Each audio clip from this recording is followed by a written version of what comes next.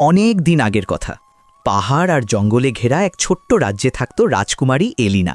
সে ছিল খুব দয়ালু আর সাহসী। কিন্তু সেই রাজ্যে একটি অদ্ভুত অভিশাপ ছিল। রাত হলেই প্রাসাদের বাগানের মাঝখানের পুরনো গাছটি নীল আলো ছড়িয়ে কাঁদতে শুরু করত। রাজ্যের সবাই ভয় পেত, কেউ সেখানে যেত না। কিন্তু এলিনা ভাবল, ভয়ের পেছনে নিশ্চয়ই কোনো রহস্য আছে। এক পূর্ণিমার রাতে সে চুপি চুপি বাগানে গেল। গাছের কাছে যেতেই নীল আলো আরও উজ্জ্বল হয়ে উঠল। হঠাৎ গাছের ভেতর থেকে এক পরী বেরিয়ে এলো। পরী বলল, আমি এই গাছের মাঝে বন্দী। এক দুষ্টু জাদুকর আমাকে অভিশাপ দিয়েছে।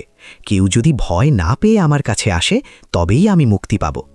এলিনা সাহস করে বলল, আমি তোমাকে মুক্ত করব। ঠিক তখনই আকাশ কালো হয়ে গেল আর জাদুকর হাজির হলো। সে ভয়ঙ্কর হাসি দিয়ে বলল, কেউ আমার জাদু ভাঙতে পারবে না। কিন্তু এলিনা ভয় পেল না।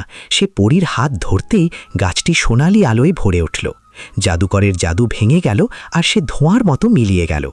পরী মুক্ত হয়ে বলল, তোমার সাহস আর দয়ার জন্য এই রাজ্য আজ থেকে সবসময় সুখে থাকবে। সেদিনের পর থেকে আর কোনো অভিশাপ রইল না। রাজ্য ভরে উঠল আলো আর আনন্দে।